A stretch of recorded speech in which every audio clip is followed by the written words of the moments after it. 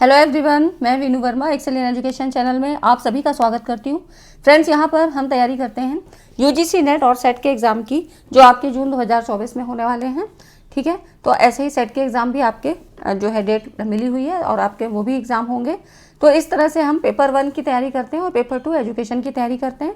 आज के इस वीडियो में हम लोग हायर एजुकेशन के एंशिएंट यूनिवर्सिटीज़ को यहाँ समझेंगे। यहाँ इस कॉन्सेप्ट से सवाल आपके बहुत पूछे जाते हैं, तो इन्हीं कॉन्सेप्ट को हम PYQs के थ्रू समझेंगे। ठीक है, मैंने थ्योरी क्लासेस आपकी करवाई है, वो वीडियो का लिंक हम डिस्क्रिप्शन में दे देंगे, तो आप लोग वहाँ पे देख लीजिएगा, पूरा डिटेल में वीडियो है। ठीक है, आज की इस वीडियो में हम लोग कॉन्सेप्ट को समझेंगे विद PYQs। तो वीडियो इंपॉर्टेंट है, पूरी देखिएगा। पसंद आती है तो लाइक एंड शेयर अपने आप कर दिया करिए। चैनल पे पहली बार आए हैं तो सब्सक्राइब कर लीजिएगा और साथ में टेलीग्राम चैनल को भी ज्वाइन कर लें, क्योंकि कई बार यूट्यूब की तरफ से आपको नोटिफिकेशन नहीं मिलता है, तो टेलीग्राम पे आपको वहाँ पर मैसेज आ जाता है। ठीक है, तो टेलीग्राम का लिंक आपको डिस्क्रिप्शन में मिल जाता है, आप लोग ज्वाइन कर लें। और ऐसे ही मैंने हायर एजुकेशन की और बाकी अदर यूनिट्स की भी कई एक वीडियो बना रखी है, जिसमें आपको प्लेलिस्ट में आप देखेंगे तो PYQs के लिए एक अलग प्लेलिस्ट का जो है कॉलम बना हुआ है। ठीक है, और आपके यूनिट वाइज आपको कॉन्सेप्ट हर यूनिट के करवा दिए गए हैं, और साथ में मास्टर क्लास सीरीज़ में जो इम्पोर्टेंट कॉन्सेप्ट्स हैं वो आपको दिए गए हैं। ठीक है, प्लेलिस्ट और अपडेट कर दी जाएगी, क्योंकि पर डे आपकी वीडियोस बन रही हैं, तो इस तरह से हर दिन नहीं डल पाती है, लेकिन वो अपडेट कर दी जाएगी। ठीक है, तो पूरा कॉन्सेप्ट आपको PYQs के थ्रू यहाँ समझाया जाता है, और साथ में मैंने यूनिट वाइज आपको सारे कॉन्सेप्ट करवा रखे हैं, तो आप लोग उन वीडियोज़ को देखिए, आपके लिए हेल्पफुल होगा, है ना। चलिए हम स्टार्ट करते हैं। यहाँ पर देखिए, ये वाली वीडियो है, इसमें पूरा डिटेल में है, जो एंशिएंट यूनिवर्सिटीज़ हैं उनका फुल डिटेल है, तो आप इसको देखिएगा। आपको ये जो इसका लिंक मैं डिस्क्रिप्शन में दे दूंगी। ठीक है, यहाँ पर देखिए, जो भारत के प्राचीन विश्वविद्यालय हैं उसमें आपका तक्षशिला विश्वविद्यालय, जो कि कहाँ है, पाकिस्तान के इस्लामाबाद के पास है ना, और आपका नालंदा विश्वविद्यालय बिहार की राजधानी है, उदंतपुरी भी बिहार में है, सोमपुरा अब बांग्लादेश में है। ठीक है ना, तो ये इसका टाइम पीरियड भी दिया है, कब से कब तक का है। उसके बाद देखिए, जगतदला पश्चिमी बंगाल में है, और नागार्जुन कोंडा आंध्र प्रदेश में। कम से कम इनके स्थान तो ज़रूर पता होने चाहिए, कई बार आपको मैचिंग में भी पूछ सकता है, और कई बार आपके डिटेल में सवाल भी पूछे जाते हैं। विक्रमशिला ये भी बिहार में है। वल्लभी कहाँ पे है, गुजरात में है। वाराणसी उत्तर प्रदेश में। ठीक है, ये आधुनिक काल की थी। और कांचीपुरम तमिलनाडु में, मणिखेत कर्नाटक, शारदा पीठ कश्मीर, और पुष्पगिरी उड़ीसा। ये मैंने कई एक बुक से और विकिपीडिया से निकाला है। ठीक है, तो ये सारी चीज़ें जो भी आपको यहाँ डिटेल दिया जाएगा, सारा चीज़ ऑथेंटिक है। तो यहाँ पर देखिए, ऐसे तो ये इतनी सारी यूनिवर्सिटीज़ हैं, आपको सारी एंशिएंट यूनिवर्सिटीज़ नहीं पढ़नी है। इसमें से आपको जो इम्पोर्टेंट है वो उनको आप ज़्यादा ध्यान से पढ़िएगा, जिसमें आपकी देखिए, जो तक्षशिला और नालंदा, ये तो ज़रूर पढ़ना है, काफ़ी डिटेल में पढ़ना है। ठीक है, तो यहाँ मैं इम्पोर्टेंट्स आपको बता दे रही हूँ, ये चीज़ें आपको करनी है। और अभी तो हम प्रीवियस ईयर क्वेश्चन कर रहे हैं। तक्षशिला हो गई, नालंदा हो गई, उसके बाद वल्लभी और विक्रमशिला। ठीक है, फिर है आपकी जगतदला, यहाँ पर उदंतपुरी, और आपकी जो है यहाँ पर मिथिला। ठीक है, तो इसमें आपको मिथिला और ऐड कर लेना है, और उदंतपुरी, है ना। तो इस तरह से उदंतपुरी बिहार में है। तो ये कुछ हैं जिसमें से क्वेश्चन आपके पूछे जाते हैं। ठीक है, तो यहाँ पर ये सारी जो है, इतनी कम से कम आपको पढ़नी है, ध्यान से पढ़नी है। और यहाँ पर अब हम प्रीवियस ईयर क्वेश्चन देख लेते हैं। देखिए, जो ज़्यादा मोस्टली जो आज क्वेश्चन है वो मैंने लेने की कोशिश की है, बाकी अदर भी जो न्यू क्वेश्चन लगे वो भी लिया है। ठीक है, तो हायर एजुकेशन में आप देखिएगा, प्लेलिस्ट में आपको बहुत सारी चीज़ें, कुछ न्यू कॉन्सेप्ट वाले सवाल भी मिलेंगे, और जो रिपीटेड क्वेश्चन है वो भी आपको मिलेंगे। तो बहुत सारी चीज़ें मैंने करवा रखी हैं। यहाँ पर देखिए, जुआंग झांग और आई क्विंग निम्नलिखित में से किस विश्वविद्यालय में आए थे। तो ये सब क्या थे, जो है चीनी जो है यात्री थे, है ना। तो ये सब आपके नालंदा विश्वविद्यालय के समय आए थे। इसके बारे में थोड़ा सा देख लेते हैं। देखिए, क्वेश्चन कितनी बार पूछा गया है। यहाँ पर देखिए, नालंदा यूनिवर्सिटी को सबसे पहले थोड़ा समझ लीजिए। ये विश्व का पहला आवासीय विश्वविद्यालय था, पहली बात तो। ठीक है, ये याद रखिएगा। और यहाँ पर जब इसकी डेवलपमेंट हुआ था, तो इस समय इसके जो स्टूडेंट्स थे 10,000 थे, और टीचर्स यहाँ 2,000। ठीक है, और इसी समय ह्वेनसांग आया था, उस समय 10,000 विद्यार्थी थे और 1590 आचार्य थे, टीचर। ठीक है, नालंदा विश्वविद्यालय में थे। प्रसिद्ध चीनी यात्री जो विद्वान थे, ये ह्वेनसांग और इत्सिंग, ये यहाँ पर आए थे। ये भी क्वेश्चन आपसे कई बार पूछा गया है। ये यहाँ पर आए थे, इन्होंने कई वर्षों तक यहाँ पर सांस्कृतिक व दर्शन की शिक्षा ग्रहण की थी। ठीक है, नालंदा के विशिष्ट शिक्षा प्राप्त स्नातक बाहर जाके बौद्ध धर्म का प्रचार करते थे। तो जो मोस्टली नालंदा यूनिवर्सिटी है यह किससे, बौद्ध धर्म के प्रचार प्रसार से संबंधित थी। ठीक है, इसके पुस्तकालय की चर्चा काफ़ी अधिक है। तो यहाँ पर देखिए नालंदा में सहस्त्रों विद्यार्थियों और आचार्यों के अध्ययन के लिए 9 तल का एक विराट पुस्तकालय था, और जिसमें काफ़ी सारी पुस्तकें, करीब 3 लाख पुस्तकें यहाँ संग्रहित थी। ठीक है, तो सभी विषयों की पुस्तकें यहाँ रहती थी। और ये जो पुस्तकालय थे ना, इसके 3 भवन थे, इसको याद रखिएगा, रत्नरंजक, रत्नोदधि और रत्नसागर। रत्न रत्न से ही है, ठीक है, रंजक, रत्नोदधि और रत्नसागर। और इसका जो है विध्वंस भी किसने किया था, तो बख्तियार खिलजी, इनके नेतृत्व में मुस्लिम आक्रमणकारियों ने नालंदा में आग लगा दी थी, विषयों को मार डाला और इस पुस्तकालय को भी तहस नहस कर दिया था। मतलब इसमें इतनी ज़्यादा पुस्तकें थी, 3 लाख पुस्तकें, कि ये काफ़ी महीनों तक यहाँ पे जलता रहा था। ठीक है, तो इस तरह इसका विध्वंस हो गया था और बहुत अच्छा यहाँ पे कंटेंट था। अध्ययन क्षेत्र के बारे में बात करें तो क्योंकि यहाँ से भी क्वेश्चन आपके पूछे जाते हैं कि उस समय कौन से लोगों ने यहाँ शिक्षा ग्रहण की, कौन से ऐसे आचार्य थे, कौन से ऐसे दार्शनिक थे, तो ये पूछा जाता है। यहाँ महायान के प्रवर्तक नागार्जुन, अब देखिए नागार्जुन के बारे में क्वेश्चन आपसे पूछा गया है, ये शून्यवाद के प्रवर्तक थे। ठीक है, वसुबंधु, असंग और धर्म कीर्ति की रचनाओं का सविस्तार अध्ययन होता था। इससे नागार्जुन से संबंधित क्वेश्चन आपको आगे मिलेगा, तो इसीलिए चीज़ें आपको पढ़नी है।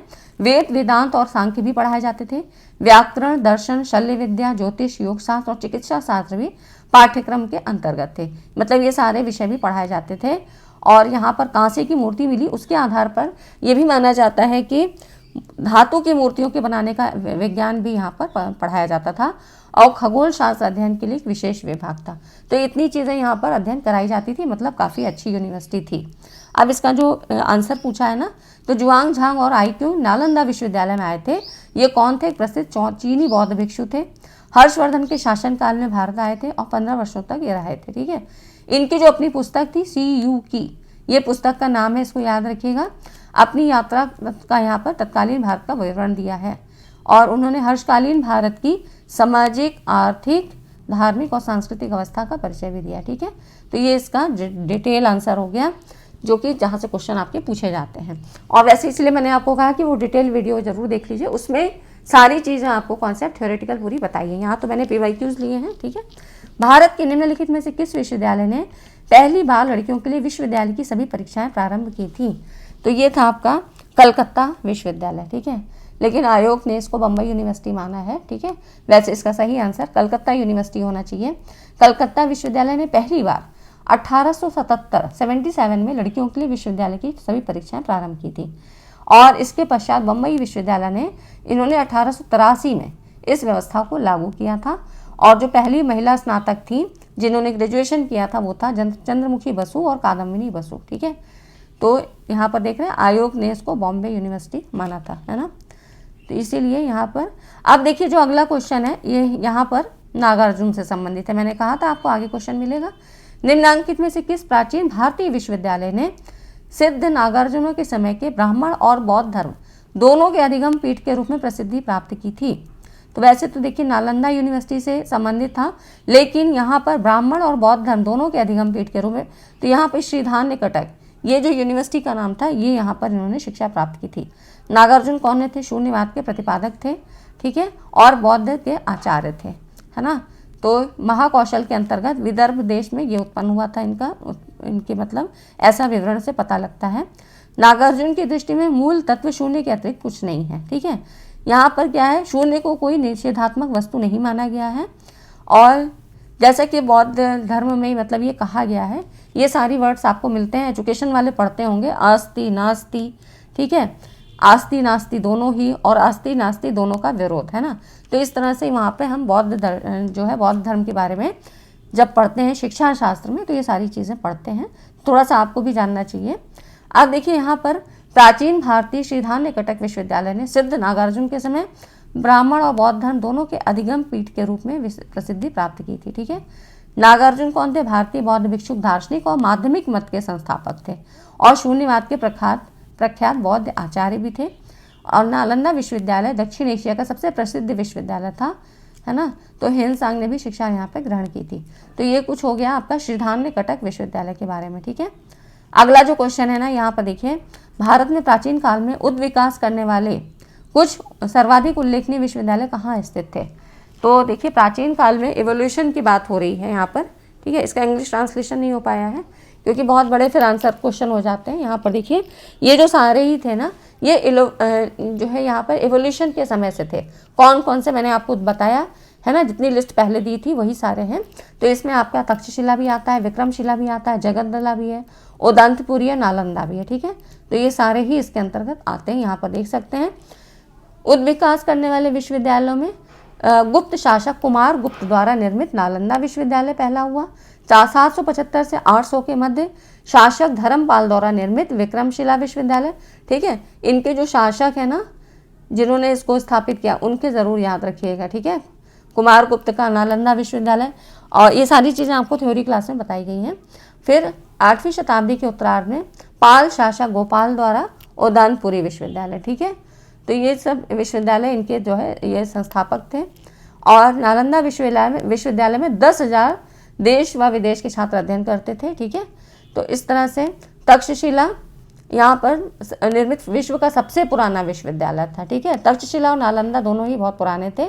और ये कहाँ पर है? तक्षशिला पाकिस्तान के रावलपिंडी के पश्चिम में है ना। तो इस तरह से जगद्दला जो है ये विश्वविद्यालय पाल शासकों द्वारा निर्मित है, बौद्ध शिक्षण महाविहार था। और अभी कहाँ है? बांग्लादेश में। ठीक है, तो इस तरह से जगद्दला आपका बांग्लादेश में है। तो ये सारी चीज़ें आपको, ये सारे जो है जितने भी यूनिवर्सिटीज़ थे इनके बारे में डिटेल है। ठीक है, वीडियो को लाइक नहीं किया तो वीडियो को लाइक ज़रूर कर दें, क्योंकि इन क्वेश्चंस को करने से आपके बहुत सारे कॉन्सेप्ट भी हल होते हैं। और आप इस तरह के क्वेश्चन को कहीं भी देखेंगे तो आप उनको ज़रूर पढ़ेंगे, क्योंकि ऐसे ही क्वेश्चन आपसे पूछे जाते हैं, है ना। मैंने कहा था आपसे डीप में क्वेश्चन काफ़ी पूछे जा रहे हैं। जैसे कि 1857 में पारित समावेशन अधिनियम में विश्वविद्यालय के प्रतिरूप पर आधारित कलकत्ता, बम्बई, मद्रास विश्वविद्यालयों की स्थापना का प्रावधान किया गया था। तो ये अधिनियम मतलब किस में है ना। तो यहाँ पर ये जो था कलकत्ता, बम्बई और मद्रास विश्वविद्यालयों की स्थापना का प्रावधान, ये पूछ रहा है ये अधिनियम किस में है। तो यहाँ पर ये जो एक्ट था यह आपका लंदन यूनिवर्सिटी से संबंधित था, है ना। इसी की तर्ज पे तो जो है कलकत्ता, बम्बई और मद्रास विश्वविद्यालयों की स्थापना यहाँ पर की गई थी 1857 में, है ना। तो यहाँ पर देखिए कलकत्ता, बम्बई और मद्रास विश्वविद्यालयों की स्थापना चार्ल्स वुड के डिस्पैच द्वारा 1857 में की गई थी। और किसकी तर्ज पे था? तो लंदन यूनिवर्सिटी के, है ना। तो यहाँ पर देखिए भारत में शिक्षा के प्रसार पर इसका उत्कृष्ट प्रभाव होने के कारण भारतीय शिक्षा का मैग्ना कार्टा किसको कहा गया? वुड डिस्पैच को कहा गया था, है ना। तो इस तरह से यहाँ पर लंदन विश्वविद्यालय की तर्ज पर यहाँ ये 1857 में पारित समावेशन अधिनियम में लंदन विश्वविद्यालय की तर्ज पर कलकत्ता, बम्बई और मद्रास विश्वविद्यालयों की स्थापना का प्रावधान है। ठीक है, तो ये सारी चीज़ें आपको पता ही है कि वुड का डिस्पैच भी 1854 में आया था और 1857 में इनकी स्थापना हुई थी जो तीनों यूनिवर्सिटीज़ थी। तो वुड के डिस्पैच ने ही सबसे पहले महिला शिक्षा और व्यावसायिक शिक्षा पर बल दिया था। ठीक है, तो रिलेटेड चीज़ें भी आपको पता होनी चाहिए। नेक्स्ट आपका जो क्वेश्चन है, निम्नलिखित में से किन प्राचीन विश्वविद्यालयों का निर्माण विहारों के संबंध में हुआ है? अब देखिए विहारों से संबंध मतलब बौद्ध विहार से संबंधित है। ठीक है, जो बौद्ध धर्म शिक्षा जहाँ दी जाती थी मठों और विहारों में, तो उसमें आपके कौन कौन सी ऐसी यूनिवर्सिटीज़ थी? तो इसमें देखिए आपकी नालंदा थी और आपकी तक्षशिला, ठीक है, उदंतपुरी, और आपकी कौन सी थी? वल्लभी, है ना, वल्लभी थी और उदंतपुरी। ठीक है, तो ये आपके राइट आंसर हैं। ये भी देखिए कई बार आपसे क्वेश्चन पूछा गया है, तो इसीलिए यहाँ पर डिटेल देख लेते हैं। नालंदा जो है बौद्ध विश्वविद्यालय के यहाँ पे अवशेष पाए गए हैं। ठीक है, ह्वेनसांग और रित सिंह ने, इसको मैंने आपको पहले ही बताया कि नालंदा यूनिवर्सिटी के बारे में। वल्लभी विश्वविद्यालय सौराष्ट्र गुजरात में, है ना, और ये विश्वविद्यालय अपने समय में बौद्ध धर्म की शिक्षा का प्रमुख केंद्र था। ठीक है, और उसके बाद तक्षशिला यहाँ पर ये भी प्राचीन विश्वविद्यालय था। ठीक है, और उदंतपुरी तो ये भी भारत के बौद्ध महाविहार थे, पाल सम्राट गोपाल प्रथम द्वारा स्थापित किया था। ठीक है, नालंदा विश्वविद्यालय के बाद भारत का सबसे बड़ा प्राचीन विश्वविद्यालय था। सबसे पहले तक्षशिला, फिर नालंदा, फिर ये आपका आ जाता है उदंतपुरी। ठीक है, तो ये चीज़ें। नेक्स्ट आप देखिए, तक्षशिला निम्नांकित किस प्रकार की शिक्षा प्रदान करने का एक मुख्य केंद्र था? तो यहाँ पर जो शिक्षा दी जाती थी वो आपकी चिकित्सा शास्त्र और शल्य चिकित्सा से संबंधित था, मेडिसिन एंड सर्जरी से। ठीक है, इसका डिटेल यहाँ देखिए, वही सारी चीज़ें हैं। यहाँ पर 10,500 छात्र अध्ययन करते थे, 2,000 शिक्षक पढ़ाते थे। ठीक है, और यहाँ देखिए आयु जो है प्रवेश के लिए 16 वर्ष थी। छात्र किसी भी विषय का चयन करने में विकल्प रखने के लिए स्वतंत्र थे। तक्षशिला ने चिकित्सा, आयुर्वेद और सर्जरी के अध्ययन अध्यापन में विशेषज्ञता हासिल की थी। अब यहाँ पर देखिए कौन कौन थे जिन्होंने शिक्षा यहाँ प्राप्त की थी। तो कौटिल्य, चंद्रगुप्त मौर्य के मंत्री, कौटिल्य का अर्थशास्त्र बहुत प्रसिद्ध है। चरक, शल्य चिकित्सा के पिता जिनको कहा जाता है। पाणिनि, प्रसिद्ध व्याकरणविद थे। इन्होंने तक्षशिला में अध्ययन किया था। ये सारे क्वेश्चन भी आपसे यहाँ पर बनते हैं, ठीक है। तो कई कहानियों का यहाँ पर उल्लेख मिलता है बौद्ध ग्रंथों से संबंधित। ये चीज़ें आपको पता होनी चाहिए। ये भी क्वेश्चन आपसे पूछा जाता है कि किस यूनिवर्सिटी में कौन से जो प्रसिद्ध दार्शनिक या शिक्षक थे, आचार्य थे, उन्होंने यहाँ पर शिक्षा ग्रहण की है, ठीक है। या उस समय कौन से ऐसे चीनी यात्री थे जो उस समय आए, है ना। तो ये चीज़ें आपको पता होनी चाहिए, इसलिए आप लोग डिटेल वीडियोज़ को ज़रूर देखें। नेक्स्ट आप देखिए जो अगला क्वेश्चन है और आखिरी क्वेश्चन है, प्रसिद्ध व्याकरणविद पाणिनि ने निम्नलिखित किस स्थान पर शिक्षा ग्रहण की। अभी हमने देखा कि यहाँ पर इन्होंने तक्षशिला में, ठीक है। पाणिनि की कौन सी थी, अष्टाध्यायी ना। ये भी देखिए कई बार आपसे क्वेश्चन पूछा गया है, 2020 में भी आया, 23 में भी आया और फिर से आने की संभावना है ना। तो यहाँ पर देखिए, यहाँ पर महर्षि पाणिनि संस्कृत भाषा के प्रसिद्ध व्याकरणविद थे और ये जो इनके अतिरिक्त 6वीं शताब्दी ईसा पूर्व, जो कि बुद्ध और महावीर का काल था, ये भी माना जाता है इनके समय का, है ना। वे संभवतः गांधार में रहते थे और तक्षशिला के महान विश्वविद्यालय से जुड़े थे। तक्षशिला विश्वविद्यालय से इन्होंने शिक्षा ग्रहण की थी। जो मेन क्वेश्चन पूछा जाता है वो इनका जो ग्रंथ है, रचित ग्रंथ अष्टाध्यायी, है ना, पाणिनि द्वारा रचित प्राचीन ग्रंथ है, ठीक है। तो ये कौन से थे, प्रसिद्ध व्याकरणविद थे और इनका जो ग्रंथ है वो अष्टाध्यायी है, ठीक है। तो ये कुछ क्वेश्चन आपके एंशियंट यूनिवर्सिटी से संबंधित हैं और इसी तरह मैंने आपको एंशियंट यूनिवर्सिटी से काफ़ी चीज़ें आपको बता दी हैं। उन वीडियोस को आप देखिए। वैसे इसका डिस्क्रिप्शन में आपको दे दूंगी जो इसका डिटेल वीडियो है, और हो सका तो बाकी वीडियोस के भी लिंक आपको एक ही जगह यहाँ पे डिस्क्रिप्शन में दे दिए जाएंगे, ठीक है फ्रेंड। तो वीडियो कैसी लगी, वीडियो अच्छी लगी तो लाइक एंड शेयर ज़रूर करिएगा, क्योंकि सारी चीज़ें आप टू दी पॉइंट अब पढ़ते हुए चलिए, ज़्यादा समय नहीं है। तो एग्ज़ाम के लिए आपकी एग्ज़ाम ओरिएंटेड तैयारी यहाँ पे करवाई जाती है, ठीक है। वीडियो अच्छा लगा तो वीडियो को लाइक एंड शेयर करें और मिलते हैं अगली वीडियो में इसी तरह इंपॉर्टेंट कॉन्सेप्ट के साथ। Thanks for watching this video.